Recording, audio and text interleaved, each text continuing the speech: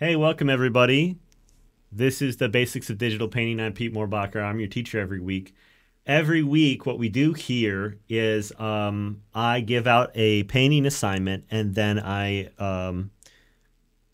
first I grade the last week's assignments, or grade them. We review them together. Yeah, thanks for the reminder. I got to do my screen share for the people here in the Discord. So we got the live Discord here. People who did the homework, I select a small collection of pieces that people did, and if they're here, they can pop on stage with me and chit chat. We can go back and forth about what they're doing. It's always really helpful for me when people who did the homework show up to the live event in the Discord, because then we can chat back and forth about their stuff, and I can give better feedback. Um, so if your stuff comes up on screen, feel free to raise your hand. I'll pull you up on stage. We can chit chat. If you don't want to or can't, don't worry about it. I can get you through the text chat or whatever. And yeah, this is the inaugural return of me doing something on anything on Twitch, which is I'm gonna start simulcasting these to Twitch too. Okay, so let's just get right into it, shall we? First up, Wagyu. I see you out there in the audience. Wagyu, you able to come on stage? Raise your hand if you can. Or if you can't, feel free. No mic? Okay, no problem. I thought you did a great job. What you had typed was, did this study with a cleaner approach that I'm used to, had some fun with the colors. You know, I really love the cleanliness of this thing. I think that there is a crispness to it while holding on to a lot of energy. The way that the line work kind of emerges out from the silhouette in some areas doesn't feel so much like messiness as it does feel like an expression of the energy inside the piece. It adds a sense of motion and dynamism to it, which I think is really cool. It's a tough thing to pull off. It's a tight, needle to thread. So I think that came out really well. And then I see a lot of color applications happening from like a lasso tool, it looks like. You've got like the folds and stuff. This looks like lasso tool to me. That's a really fast way to get just like a nice, clean, hard edge, which works perfectly well for the jeans in this case. It looks great. And then, you finish it up with a little bit of soft brush work here and there and a couple little special effects. It all works. There's a lot of little subtle color hits. I used an eraser on the brush strokes. Hard edge eraser on the brush strokes also works out well. You've got some chromatic aberration here that's bringing in some additional colors off the lines. Like I see these little bits of purple in some of the darker areas, and I think that looks really good.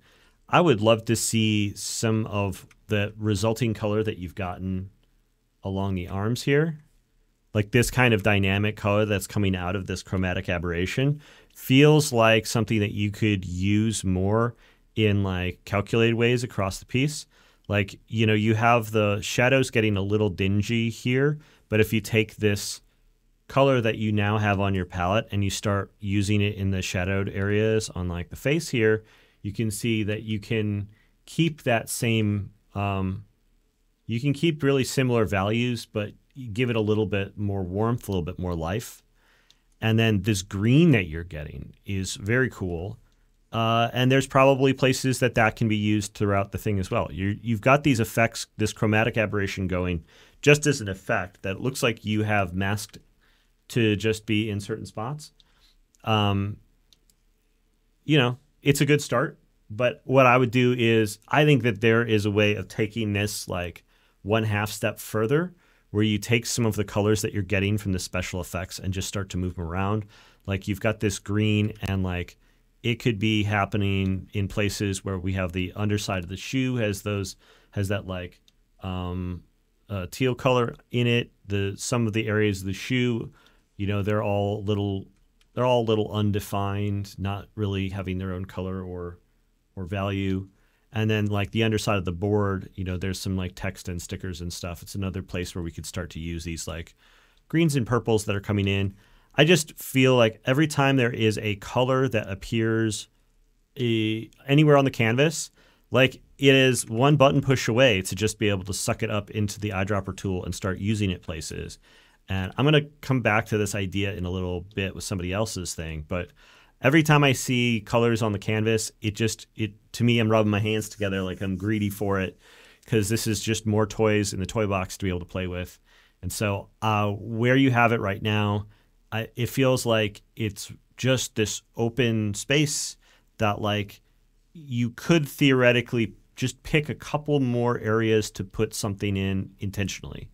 Like finding a couple more areas to build in some nuance to create a little bit of focus, build in a little bit more small tight rendering in just one or two spots, take some of these resulting colors these colors that you're getting, they're kind of dynamic coming out of your special effects, and moving them around, and just spend like, I don't know. I'm curious what it would look like for another 10 minutes in it if you were to like take some of what you're doing right now and just pick, like rendering it all over is the wrong choice. Like I think it just looks really good right now, but it feels like it's calling out for just an inch more polish, and you have all the pieces laid out to be able to take it to more polish quickly, which is why I'm bringing it up.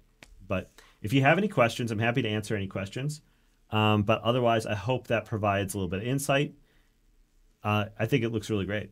And I was just hoping to chit chat today. So if you ever get a mic on, come back with the mic and we can chit chat on the next crit. All right, Miguel Firewolf. Miguel's always here.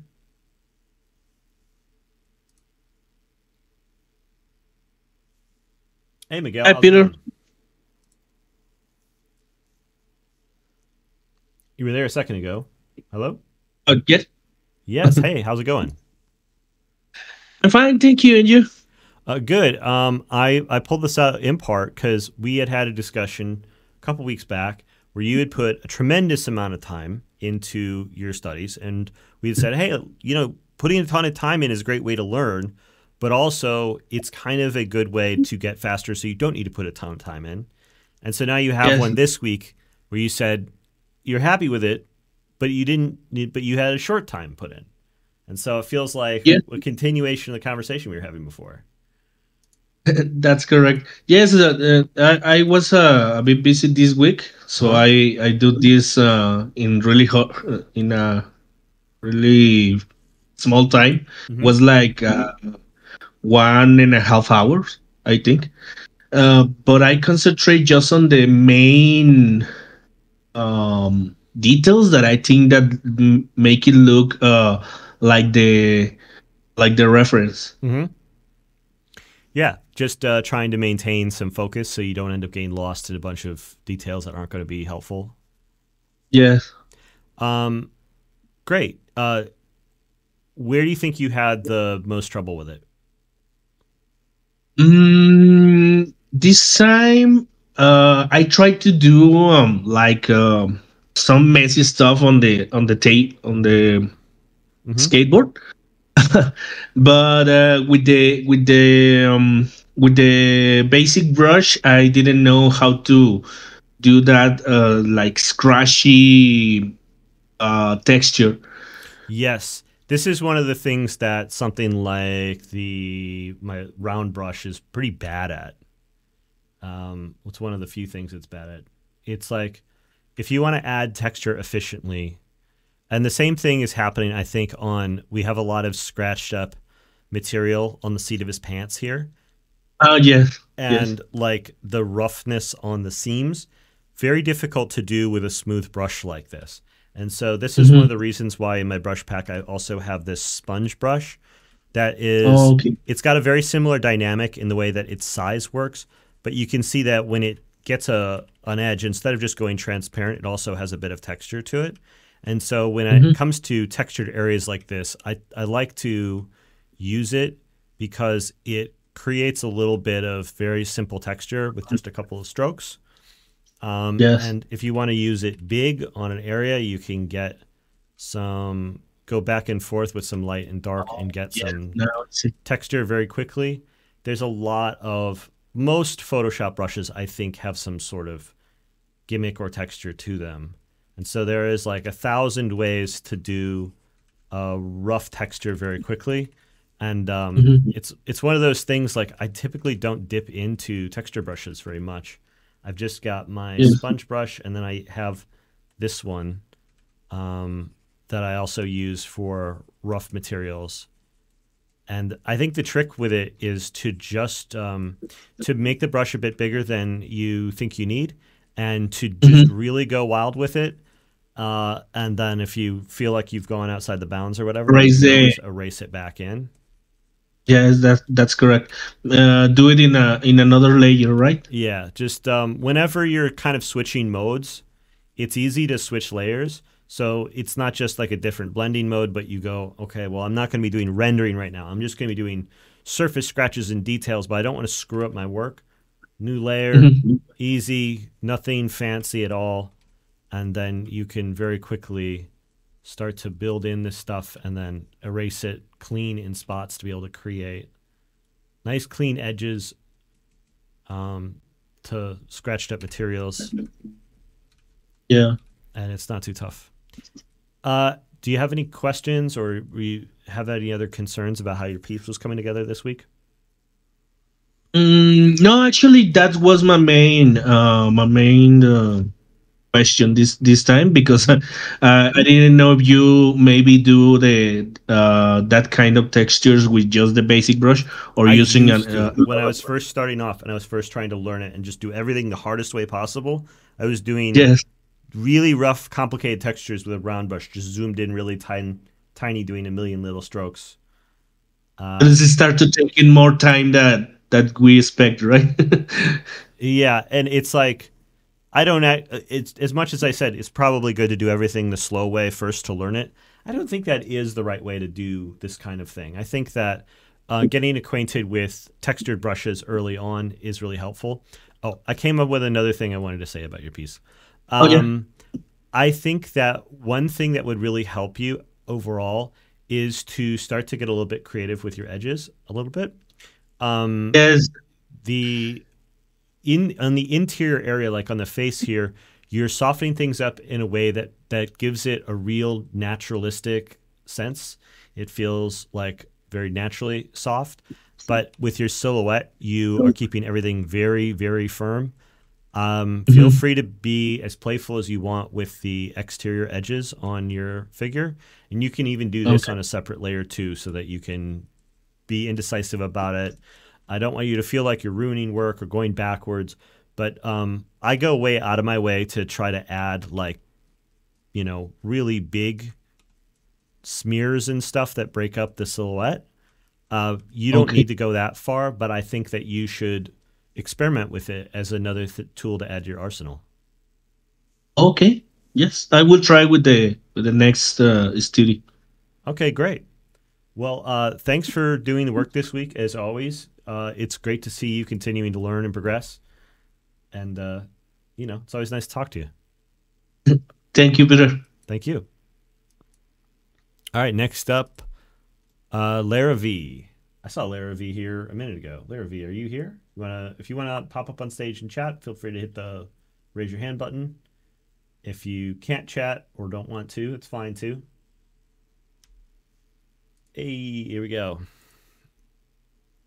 Hello. How's it going? It's going good.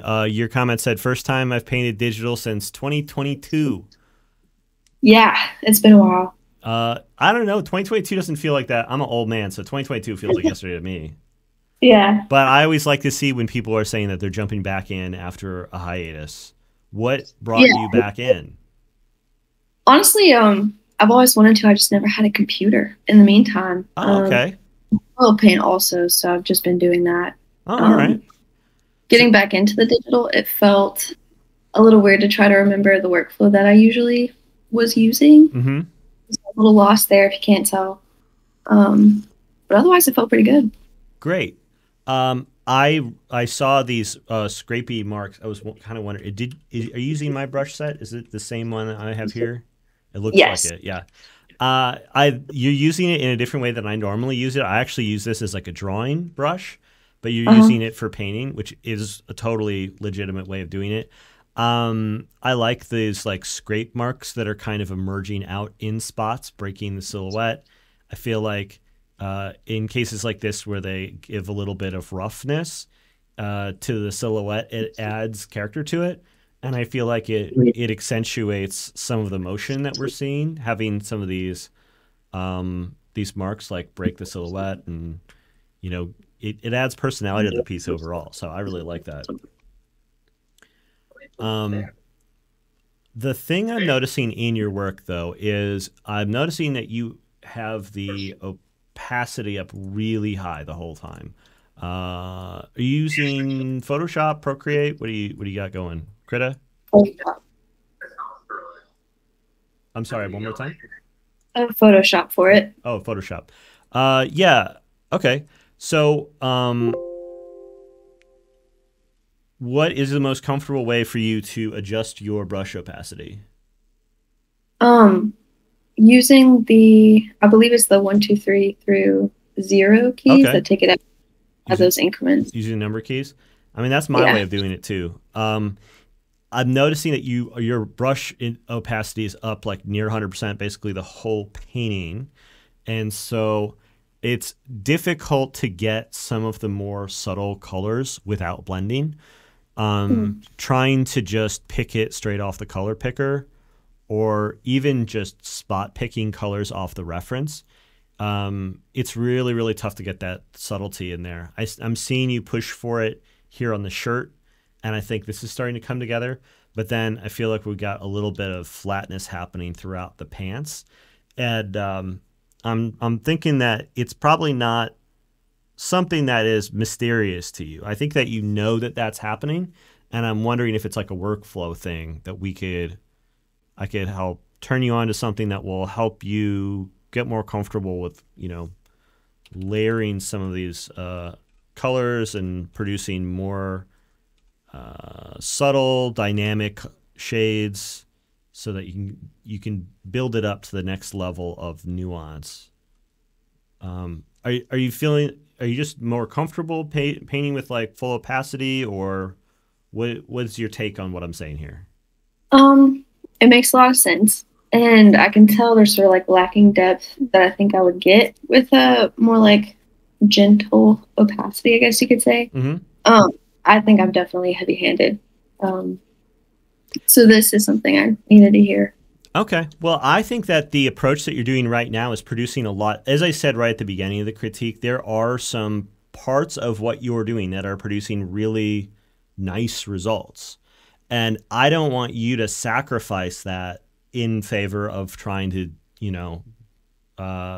build it, like do more blending and like get more color mixing going on.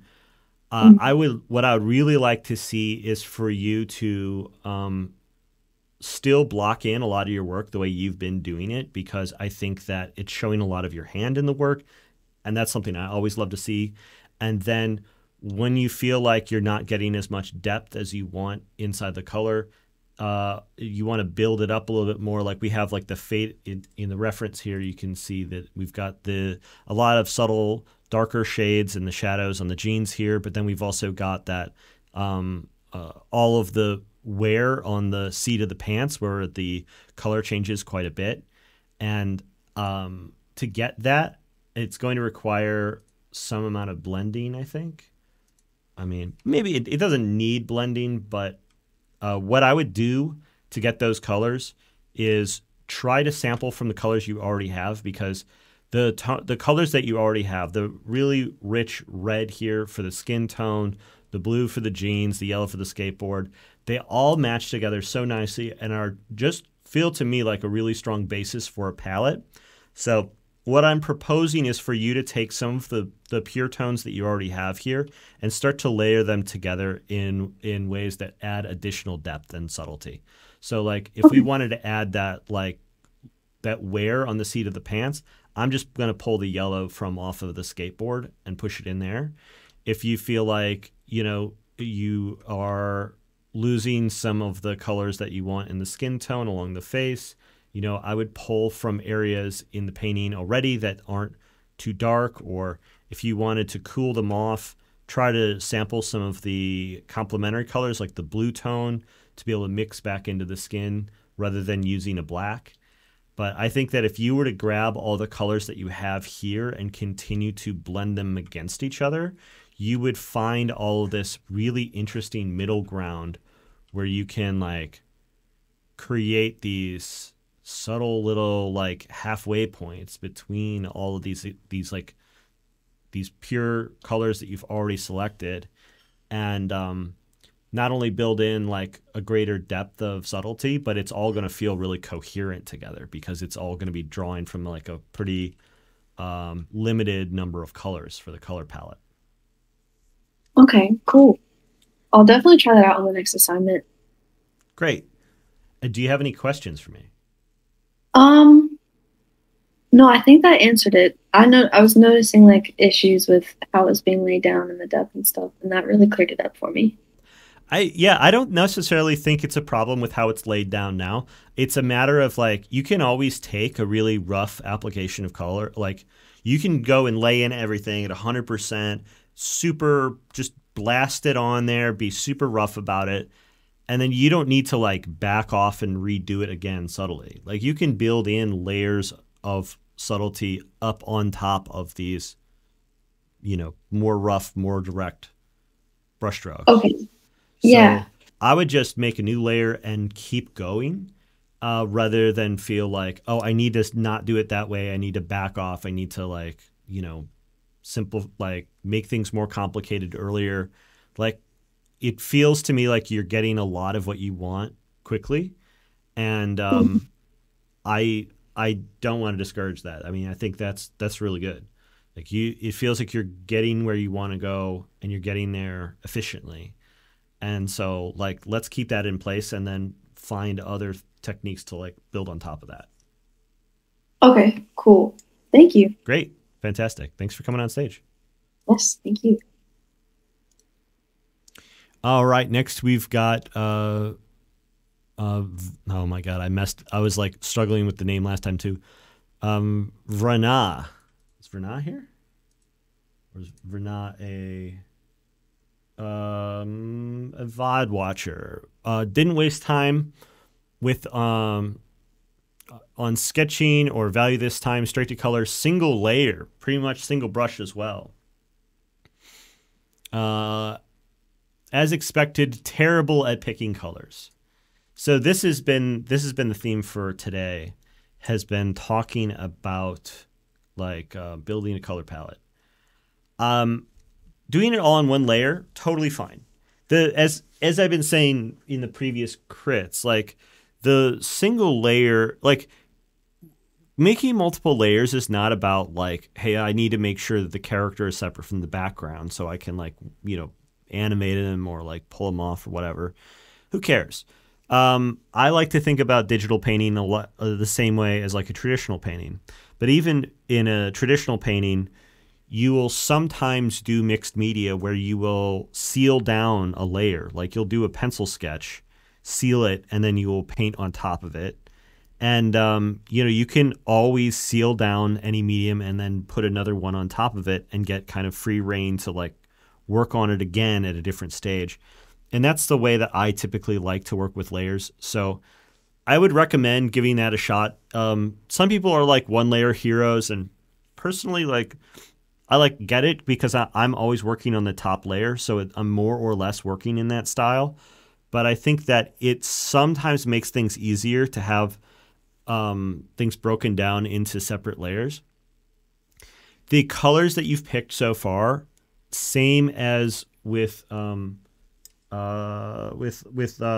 V, I think that your color selections are good. I think they're working. The main issue is a lack of blending them together and finding a space between them. Like on the jeans, again, you have like these kinds of similar shades of the same color, right? You've kind of got this blue, and then you've got some areas where it feels like you added a little bit of black to it, areas where you added a little bit of white to it. But we've got this like gradient of colors. There is some variety in here there because at the higher end you've got a little bit of warmer, a little bit of cooler spots. But if you wanted to start adding in some faded jean area, you could be using the cream color that you have from the t-shirt and start to bring some of that in, or you could be pulling in the yellow, which is what I would probably do here, because it's the opposite temperature from the jeans. You know, we've got this really cool color on the jeans, and then bringing in a warm color on top of it. When the two kind of get mixed together, we end up with some more subtle neutral tones. There's a lot of interesting dynamic stuff that's happening as we start to mix these.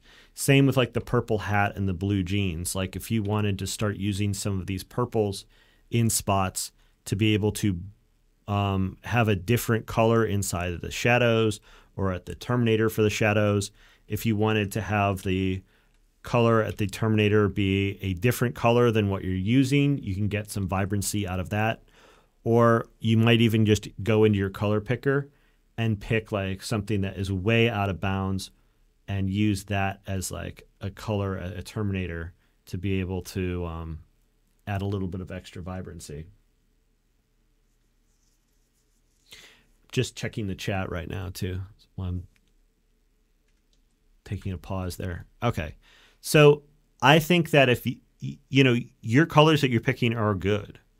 And if you could just start to mush them into each other and see what happens if you do like a fusion between them, you'll start to end up with interesting secondary colors. I think this is the word I was looking for before and failing. Secondary colors. So like if we take these two colors, which are very much opposed to each other, and we start to blend them, we start getting some weird secondary colors. The problem that we have in Photoshop with color blending is that when you do this, things really do fade out between the two of them, which is why I use that hard light blending mode whenever I'm adding color, because when you start to use the red over the blue in this situation, or maybe we take some of this blue and put it over the red, you can see that we start to get, instead of this really desaturated muddy purple between the two, we start getting like a rich purple. See? And so when you start doing hard light with these colors over each other, you can get secondary colors that feel more vibrant, more saturated, and it actually is more similar to how it works in traditional media. The super grayed out color that we're getting halfway between this red and this blue, this muddiness, this is a byproduct of digital color blending. And so you don't need to use my process of going from black and white into color. But what I would do is find some avenue of using blending modes to avoid this pitfall right here. Because getting secondary colors between your colors is going to upgrade your palette without you having to do anything different on the color picker. But you can't get it entirely just by layering them over each other using normal mode. You've got to use some blending modes here and there to be able to get to like the nice, good, pigment-like saturated mixing point between the two. Like you can see if we start to bring, if we wanted to bring some sunlight onto any part of the skin tone here, I'm taking the yellow from the board, and when you lay it on there, you can see we're starting to get some nice saturated colors. We don't need to pick them. We don't need to be smarter. Just need to add something to the process that introduces that at some point. And so it doesn't need to go black and white to color, but you do need to find a way of using blending modes to start to create secondary colors that are like giving you the kinds of palette that you're looking for. All right, great. Lots of stuff about color today. Abarth.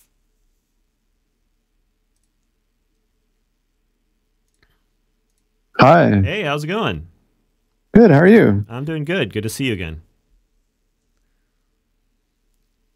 Speaking of colors, this is like the big theme this week.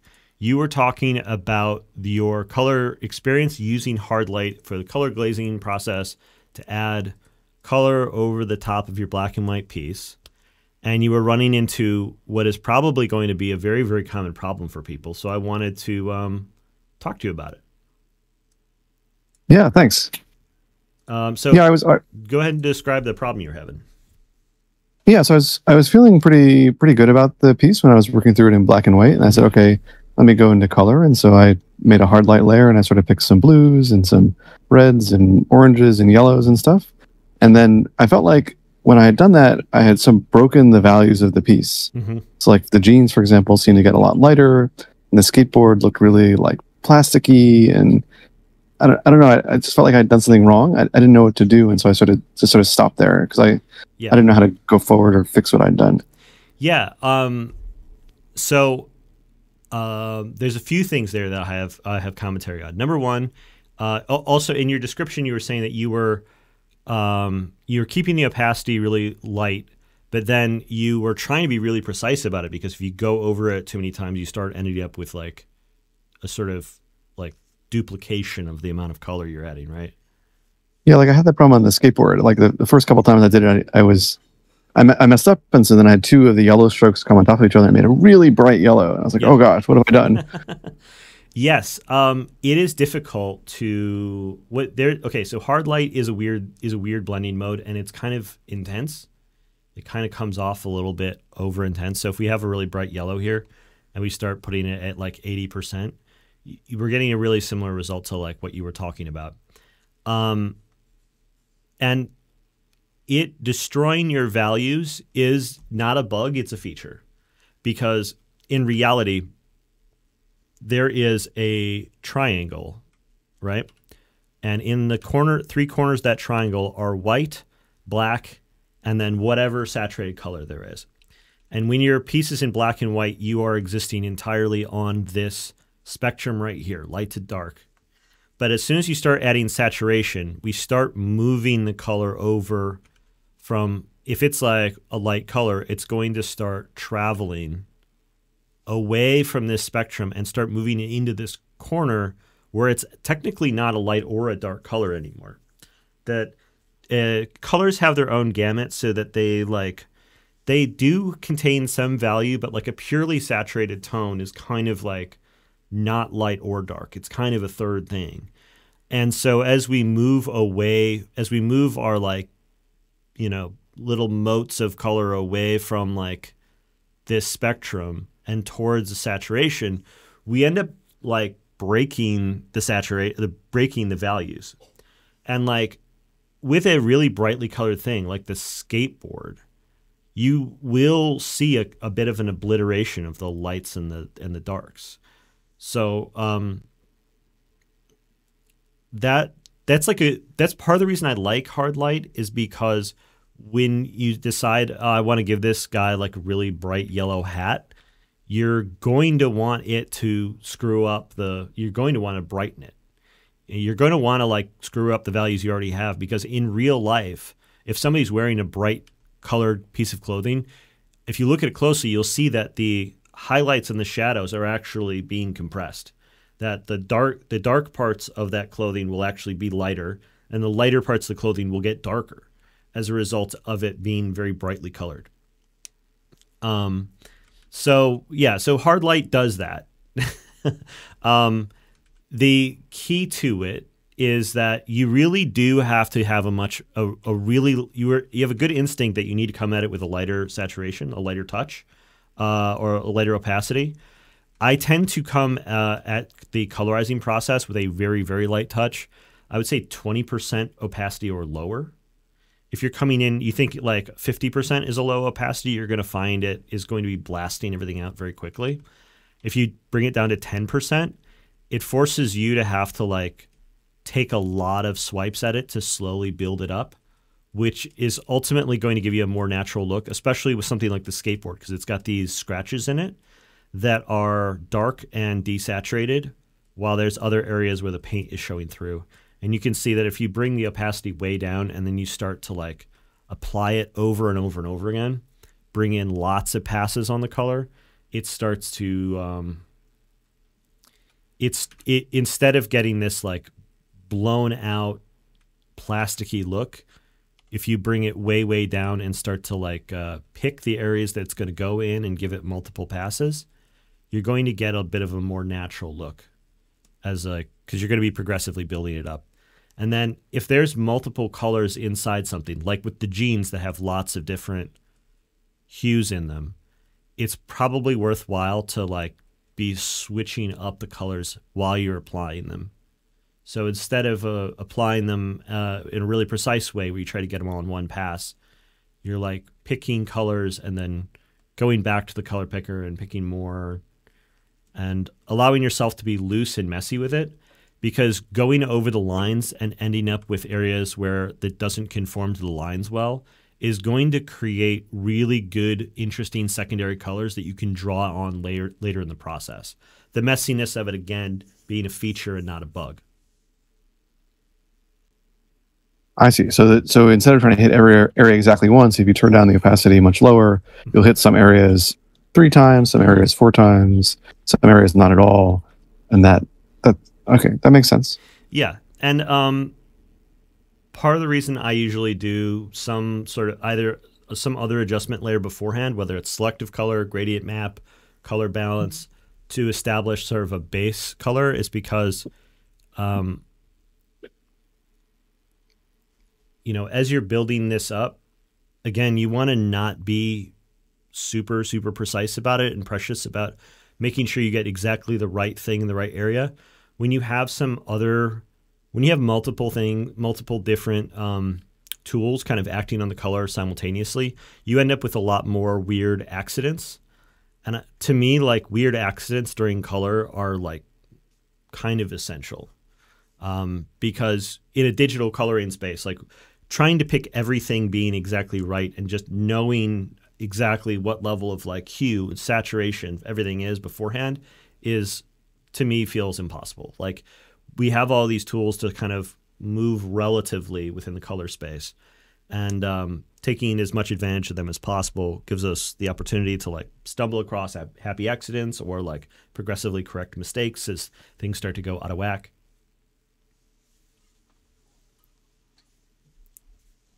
Yeah, so I tried using a gradient map, and I liked some of the effects that the gradient map gave me, but it affected the image so dramatically. Mm-hmm. It sort of changed my conception of like what was going on. I also wasn't sure how to like continue from that point. Yeah, you don't have to use gradient map, but like I changed it to soft light rather than hard light, because hard light, it gets really intense. You start to get stuff like this, and this is right for some people in some situations, but if you're doing something more realistic, soft light is going to affect the values far less than hard light. So it's not going to turn your piece inside out quite as much. And then I also typically put the opacity down to about 30%, so that as I'm flipping through these options, I'm not getting a series of like insane surrealist 1970s band poster effects. But you can see that like turned down and blended correctly, we're getting a lot of kind of subtle color treatments. And you can decide, like, it's more like Instagram filters at this point, where you can try to decide like what feels right for the vibe and use that as a base color, rather than having something that's going to take over and like, you know, let's see the alternative really quick. I'm going to turn the opacity up and then flip through these again, but like with hard light, with the opacity turned up, we're getting insane results. Something like this might be an interesting starting point, you know, depending on your take, or like you could see how you can create really stylized stuff very quickly. I was using it in normal mode at 100%. It was really crazy. Yep. So that'll do it. Normal mode at 100%, you're going to get a lot of really crazy results. Obviously, it's possible to make something that is kind of, again, like a sort of surrealist skateboard. We kind of have a skateboarding magazine look here, you know, with it being looking kind of like a broken screen print, you know, with the wrong colors put in a screen print. But the goal here is to try to have it create a kind of color grading. So I usually, soft light is my blending mode of choice for that, and then 30 to 50% opacity will give you a nice color grading base. When you layer that on top of, I'm going to just put that on top of your piece here, you can see how we can start to get subtle variations on the exact same colors that you were creating before. But like, you know, when we start doing some weird ones like this, the colors that are coming through in the shirt, these like oranges and greens and like pinks next to each other, are very surprising and might end up being really appealing to you. One of them might come through and just be like, wow, I was never going to think of that, but that looks cool as hell. I'm gonna grab that. It's mine now. And that's really the heart and soul of this technique, is just letting it surprise you a little bit, and then taking those surprising moments and carrying them forward into the piece and adapting them into the rest of the work. Oh, great. This is super helpful. Thank you so much. Yeah, my pleasure. Raccoon was saying, I think there's a trick in Photoshop. Not sure if it works in Procreate too. Yeah, this is one of those things that it won't necessarily work in Procreate, because Procreate doesn't have adjustment layers that work the same way. Certainly, it's like a gradient map flattens the image. Like, you can only do it as an adjustment to a single layer. So yeah, I find it's possible to do this technique in Procreate, but it's easier in Photoshop. All right, moving along, we have Ali. This is my first time participating. Ali, if you're in the chat, feel free to raise your hand if you want to be on stage. There we go. First time participating, just discovered on YouTube. That's great to hear. Hey, Ali. Hi, how are you? I'm doing good. How are you? I'm doing pretty good. You said you did this in Procreate in about 2 hours? Yep. What was your experience overall? It was pretty good. It was fun. This isn't something I would usually do. And yeah, so it was fun to do something new and with a lot of color. So great. Yeah, I didn't do a lot of these either for many, many years, like even in my professional career. But I discovered at some point recently they actually were like kind of useful. So I started getting into them and trying to share the whole experience. I'm noticing I'm going to guess that your resolution on your work file is like close to the resolution that we're seeing here. Maybe this is the resolution we're seeing here. yeah, I think that's, I don't know. I don't know much about how to mess with the resolution using Procreate. Sure. I'm not yeah, super tech savvy, so it was a wild swing. It was a guess. You're at about 3,000 by 4,000. That's not too bad. Were you zoomed out and had the whole thing on the screen at the same time while you were working the whole way through? No, not the whole way through. I zoom in quite a bit, but I noticed this is a look I get a lot where I kind of like over soften things, where it kind of like almost gives like a blurry type of effect. The blurriness was the thing that I'm trying to get to the bottom of here, guessing at resolution and working distance. I'm not a huge fan of Procreate personally, and part of it is I can't ever quite get the feel of the brushes the way I like them in Photoshop. Part of what I like about the brushes I use in Photoshop is that when I run strokes, like I'm seeing you run strokes up and down across the front of the leg here, and as you kind of miss that edge a little bit, we're getting these very soft marks. I'm assuming you're using a brush that the pressure sensitivity is like adjust the opacity. I actually did check. I know it does adjust the size. It might have a small effect on opacity, but I usually have my opacity set pretty low overall, so that might also be contributing. Yeah, I mean, having a brush that allows you to do both kind of looser edges as well as tighter ones is ultimately what you're going to need, because the looseness of all your edges being sort of equally loose throughout is giving that kind of blurry look. And once you start zooming in and wanting to like carve in details, with the way everything's blurry right here, I get this feeling like you are spending a lot of time pushing hard on the brush. Like I feel like this sense of you going back and forth over stuff and like kind of grinding at your tablet a little bit. Yeah, I noticed myself doing that quite a bit. Did your hand start to hurt, get tight after a couple hours? Yeah, it usually does. Yeah. I think part of the problem is I'm hypermobile in my hands, so I tend to like hold the pencil pretty hard. Okay. And I push hard. I used to have this problem all the time too, and like it was in my early 20s. I was like I was like wearing a wrist brace, trying to do freelance art and like just grinding away. I switched the brushes I was using so that I could oversize my brushes, and I also turned the sensitivity on my tablet up a bit. I would recommend at the very least, like, number one, you need to try out some different brushes.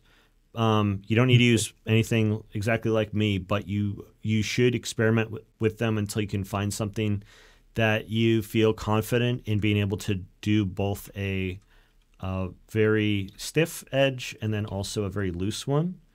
And just be able to do that naturally without having to like mess with a lot of settings or anything.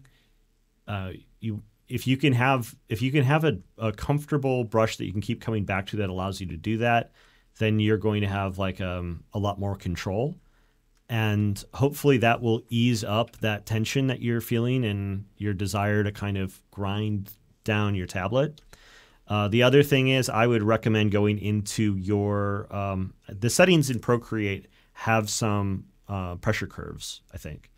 I would go and lighten those up a little bit so that you don't need to apply as much pressure to get full pressure on your pencil. Cause Okay. I'll for sure look into that then. Yeah, I would do both of those things because it's like the issue is not the blurriness. Like the issue to me is like the blurriness feels like a symptom of a workflow that you are fighting against. And that struggle is like manifesting on the canvas. So if you can fix that part of your process, you are going to notice like your experience painting will feel healthier. You'll feel like you're in greater control over the thing, and then your pieces will sharpen up and become more clear as a result as well. Like like a lot of what happens on the canvas is a reflection of our thinking and our process. So a lot of people think that they need to just like get smarter, think harder, grow a bigger brain in order to do this. And oftentimes it comes down to like choices and learning about process. Okay. Yeah, I think that makes a lot of sense. I've been pretty stubborn and only been using one brush pretty much the whole time I've had Procreate. So okay. I should probably experiment a little bit, maybe branch out. Yeah, tweak it. There's a lot of free brush packs out there. I would look up like what are the most popular free brush packs and then try them out and see what just feels easy. The goal is not for you to become big brained or like just like it's not a matter of you getting stronger and like powering through this. This should feel supernatural, very, very easy, automatic. You're looking for a path of least resistance. You're looking to like flow like water here. This is and if you can find something that you tune into that way, then everything else afterwards is going to unlock. You have all of these potential like challenges to overcome in the future, but you're not going to get there if you're like fighting against like basic brush dynamics. Okay. All right. Well, thank you for the feedback. It's my pleasure. Do you have any questions? I'd be happy to answer any questions. I don't think so. I'm going to try out the advice you gave. So thank you. All right. Thanks so much. All right, final one, and then we'll be open to questions, and I'll also give out the assignment. Amanda, I pulled yours first, and now you're like last in line.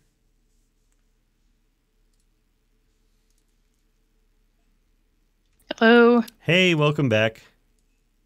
Thanks. Your comment says you're aiming for 90 minutes again. And then you said turning down the brush opacity helped a lot. Oh, yeah, big time. Okay, great. What was your experience with the assignment this week? I had a lot of fun doing it, actually. I thought it was going to be, I thought I was going to have a hard time. Just the pose is a little bit challenging, but I think doing lots of gesture drawing definitely helped me knock that out quickly. There's my rough sketch. I was happy with that, laid out some flat color. Last week, I tried doing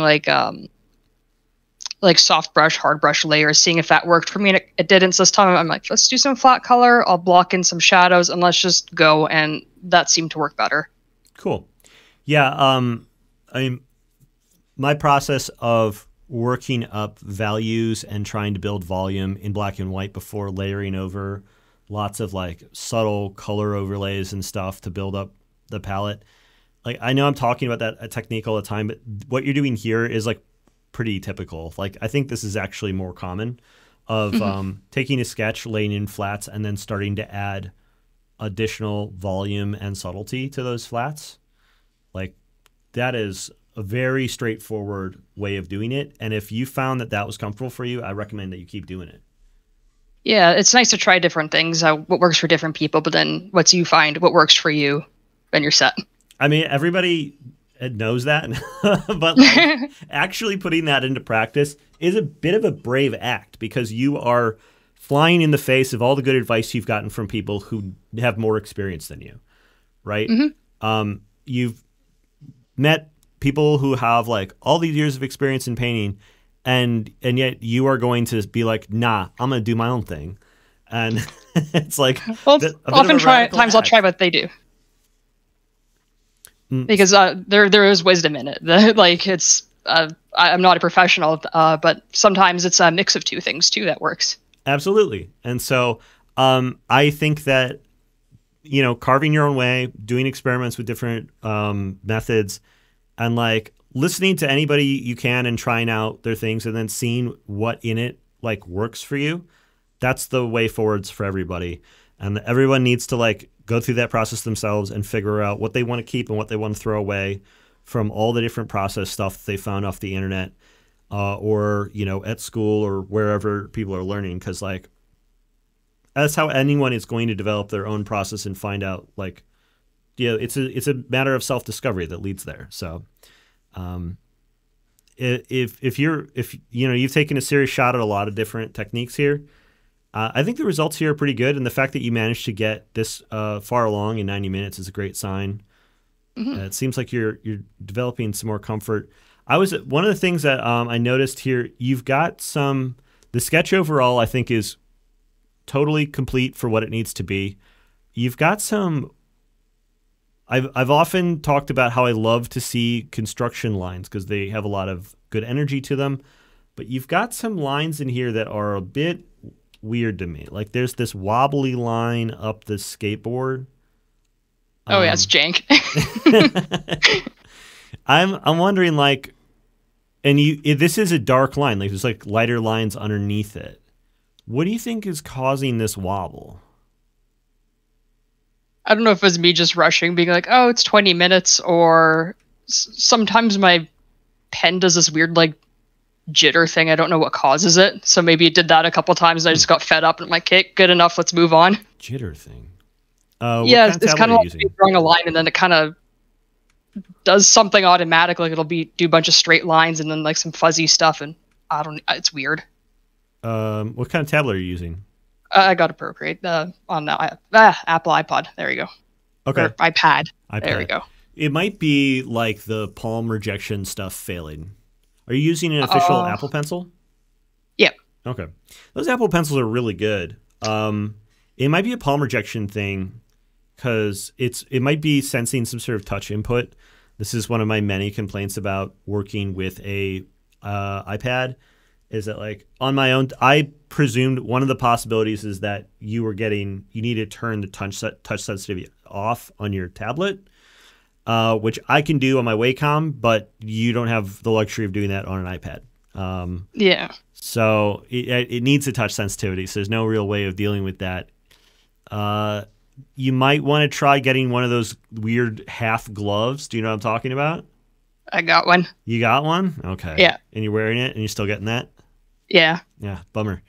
Okay, well, I'm out of ideas. I'm sorry. Oh, good. It might be just like a line confidence thing. Try to speed them up. I would say the solution to getting clean lines is not to do them slower. It's usually do them faster. It's usually a matter of, like, taking a couple of passes and, like, trying to make, like, a solid, confident mark.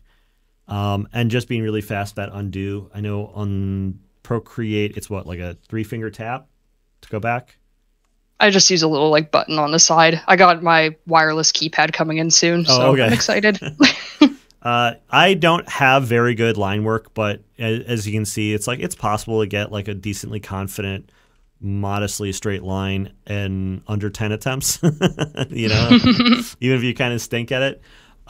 So I would just be a little pickier about some of that stuff. Like some of your lines feel like they're coming through a little bit more confident, and then you definitely have a little bit of a line confidence issue in some of these spots. Yeah, arms I'm always uncomfortable with. Yeah, just take a swipe at it. Don't like get nervous and do the sketchy back and forth thing. Try to take a couple swings at it, and then it doesn't matter if you overshoot or undershoot, but try to just make it in fewer marks, and just try to find the line that you're looking for. It might, like, I typically don't get this picky about it, but if you're finding yourself really wanting to nail a line and you're just looking to get the overall shape or silhouette, I like that you're doing a lot of these looser construction marks underneath. And then once you start trying to build it up a little bit, you can keep it with the rough pencil brush thing that you're using here. It's maybe fine. For once you start getting into darker, more confident marks, you might want to use something that doesn't require you to push so hard in order for you to get a dark line like that. Something that maybe has a little bit of a size flow to it. Because if you find you having to grind out, if you have to push really hard, that might be leading to it also. If you've got you might have your pressure sensitivity up or down too low, like I was saying to that previous person. Low pressure sensitivity means that you're going to be like really grinding your pencil into that thing. And the iPad is perfectly accepting of like really hard pressure on the Apple Pencil, but like one of the first things I did is turn up the sensitivity, because you want to try to be able to do this with the lightest touch you can. It will give you more confident marks. It will increase your stamina, and like it will prevent you from developing an RSI as quickly. Yeah, I'll give that a go. Okay, cool. On the final one, the same feedback I had for a couple of other people about if you wanted to start building in additional subtlety into your colors, the trick is to just keep going with the palette that you already have here and starting to get a little bit more, just mixing some of these colors around into each other to get secondary colors is going to give you a little bit of extra subtlety, because trying to pick 5 different shades of blue is a pain in the ass. But when you have like all the colors that you're going to need for the whole palette already there, finding secondary colors between them is going to give you all of those additional shades that you're looking for without having to go back and pop open the color picker and Procreate. That's what I got for this week. Any questions? No, I don't think so. All right, great. Well, thanks for subjecting yourself to judgment every week. It's always fun to see your stuff. Thank you. All right, so I'm going to get to the assignment for this week, and then I'm going to open the floor up for any last-minute questions. The assignment for this week, it's not the right document type, of course. This is from the reference folder over on the huckleberry.art Discord server, discord.gg/huckleberry. Let's see. I need to save. Oh, my God. The app here. They need to. Oh my God. What is that? There's like a way to save these, right? Save as a freaking JPEG, please. Please. Okay. Does that work? Okay. Yeah, there we go. So we've got this beautiful portrait with a nice background here. There is a little bit of complexity to the background in this piece. There is some great complexity to the figure in this piece. We've got a face in here. We've got clothing folds, draping cloth, pattern on the cloth. We got hands. We got toes. We got everything here. It's like a whole composition. One of the things I was thinking about getting today, but I couldn't find it in time, was some movie stills. Studying movie stills can be really great. And I was looking for something that was like a full composition rather than, I've been picking a lot of more minimal stuff. I wanted to challenge you all this week with doing something that was a complete composition. Do this. I would like you to do this in color. That's the big challenge for this week. I want you to do a study of this piece. I'm gonna upload the JPEG version of this into the chat right now, and I'm also going to put it on the homework channel. I want you to come back and do a study of this, but I want it to be in color. So you can make it whatever color you want. Me asking you to do a study and mess with the color has been a pretty typical practice around here. But in this case, we don't have a baseline. I'm not going to tell you what color it needs to be. But you also don't need to change anything. You just need to invent it for the first time. Let's see, do a study of this photo, but make it in color. All right.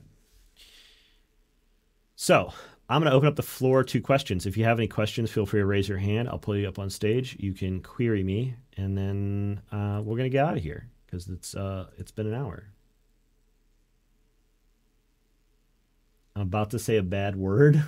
What? Bard. Hey, how's it going? So we were having I'll try to keep it short because of time.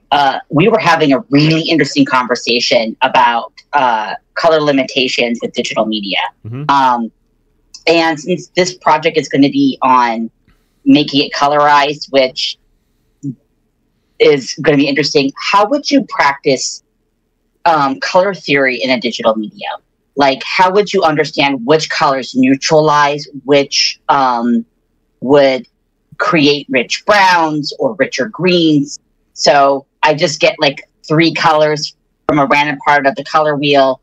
How would I know which colors will work with each other to get the neutrals I'm looking for or the hues I'm looking for? I know from my watercolor palette exactly what colors: burnt sienna and ultra blue, gray.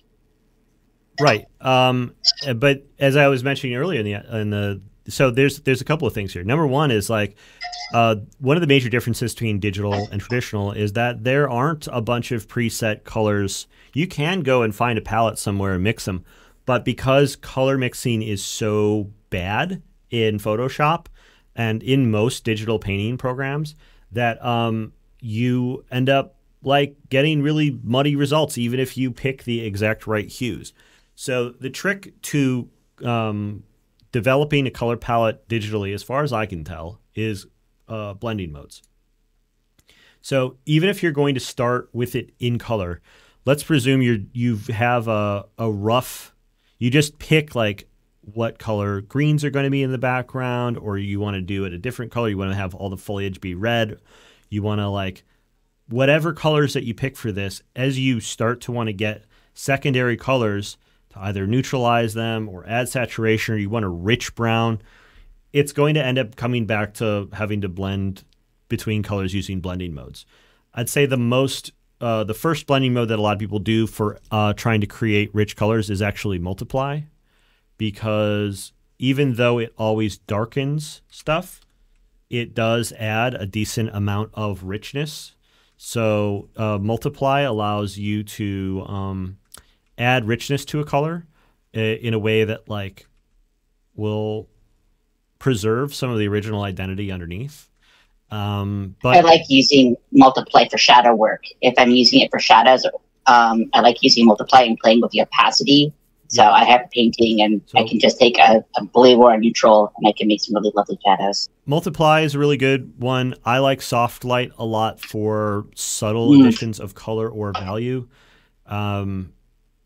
But I use hard light for a lot of my, when I'm building up a palette, because of how aggressive it can get. If I want to be able to make something really saturated, I want it to behave like a saturated color, which is not possible with like soft light or the color blending mode.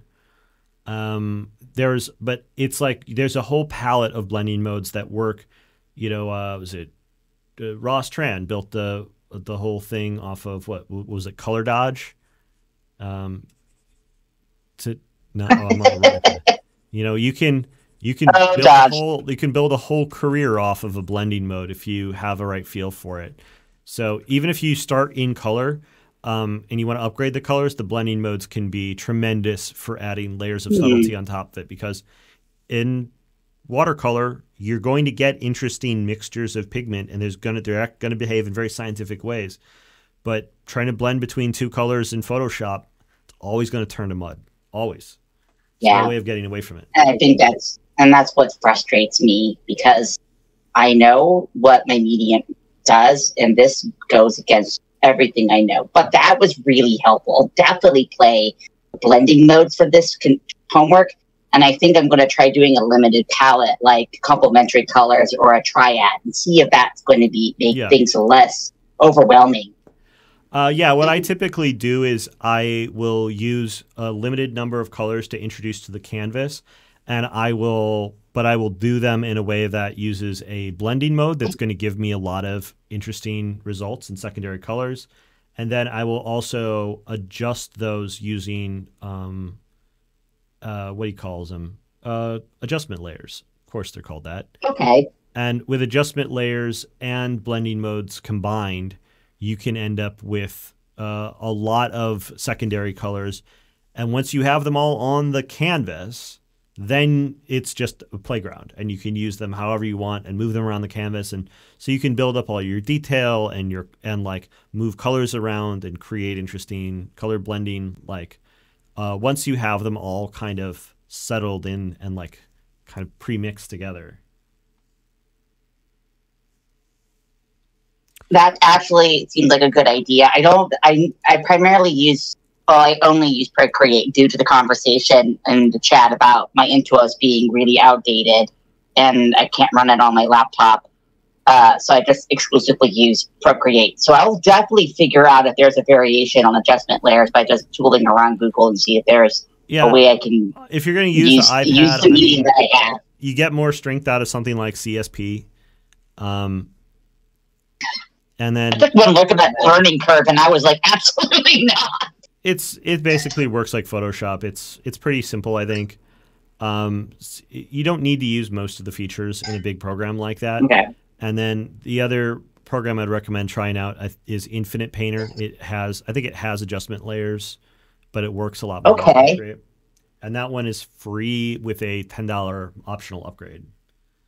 Oh. Would Auto Sketchbook be useful too? I haven't used it. That one's the one that's semi-vector, right?